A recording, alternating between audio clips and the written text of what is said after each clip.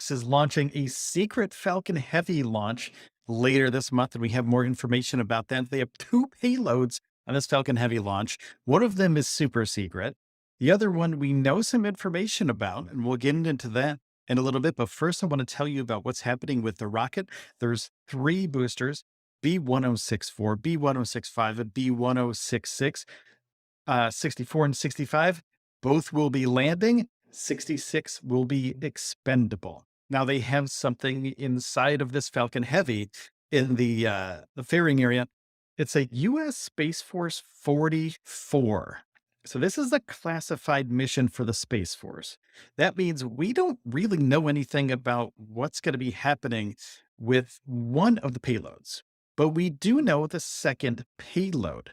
It's the Tetra 1. And I want to share some information with you about that real quick before we move on here. The Tetra 1 mission, prepared for launch after 15-month integration. So the Tetra 1, this is from the Millennium Space website, and Millennium Space Systems is a Boeing company. So this is directly from the source.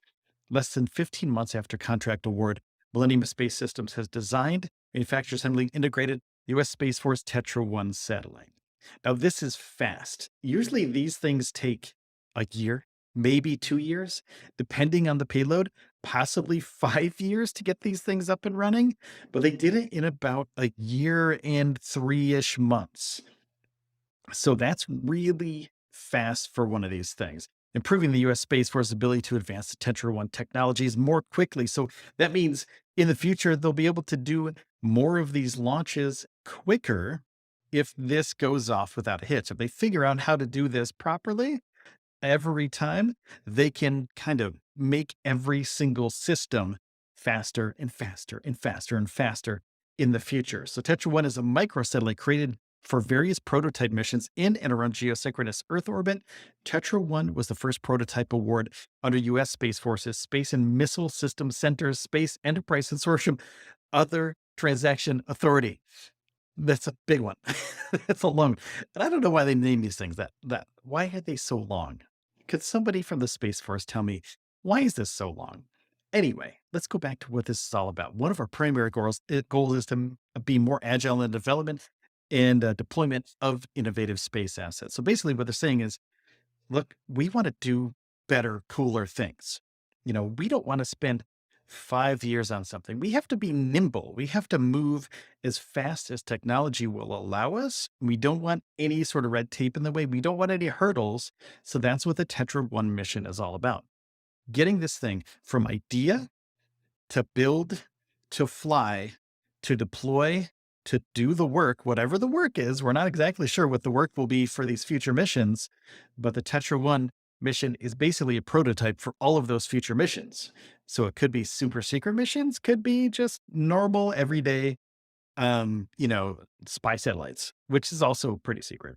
But the first one, by leveraging OTA contracts with programs like Tetra 1, we are expediting the execution of new space development missions. The partnership we've developed with Millennium Space Systems allow us to create and field a dynamic pathfinder capability to meet the future space warfighters' needs.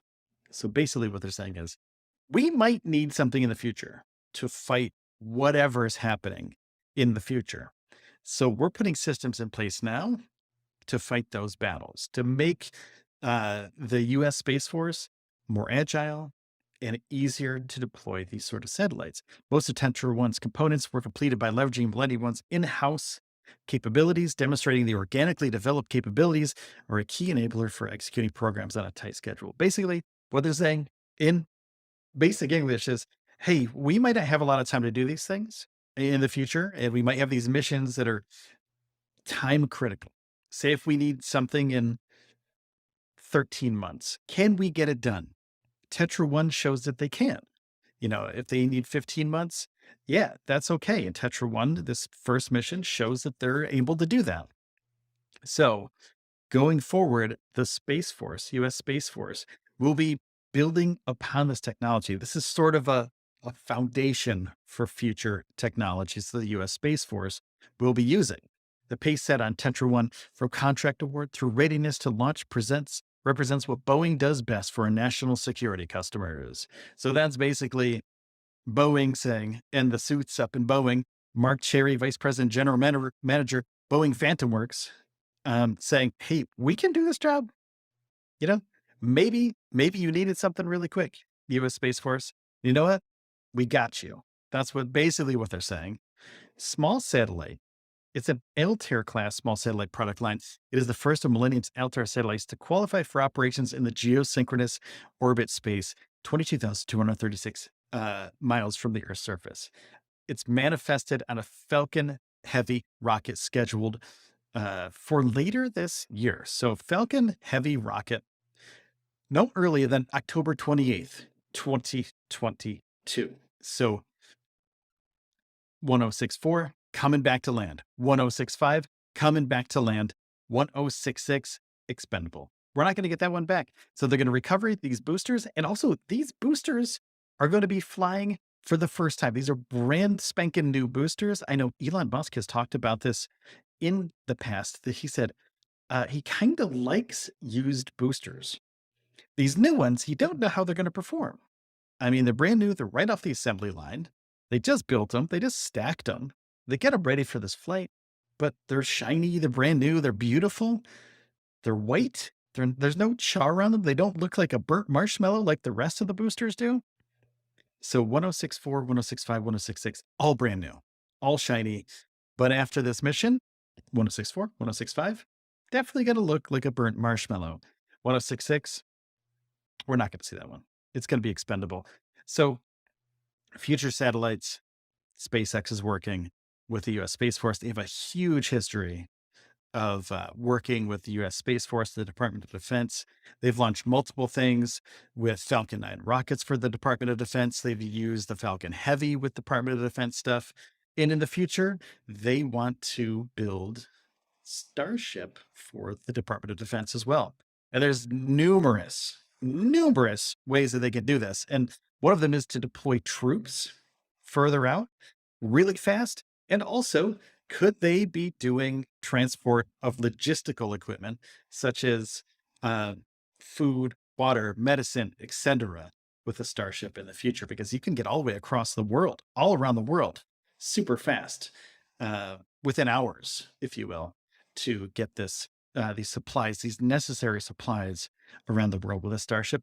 And Falcon Heavy kind of builds that up. And they know that they can send things to orbit with a Falcon Heavy. And once Starship gets to orbit, hopefully, let's cross our fingers, everybody, later this year, let me know in the comments if Starship is going to launch later this year, because it's running out of time. October, November, December. We have already 10 days into October. So not that much time left, Elon. I hope it works out. I hope they launch by the end of this year. Let me know in the comments what you think. Also, if you're new to the channel, please subscribe. And if you watched a few of these videos before, please hit the subscribe button. Really helps the channel, helps you more, because YouTube is going to recommend you more spaceflight stuff, not just from this channel, but from other space channels too. They're going to see that you like this stuff. And if you give this video a like too, they're going to even give you more spaceflight content in the future. So thank you so much for all your support. Leave a comment below. When do you think Starship's going to launch? And I'll see you next time. Take care.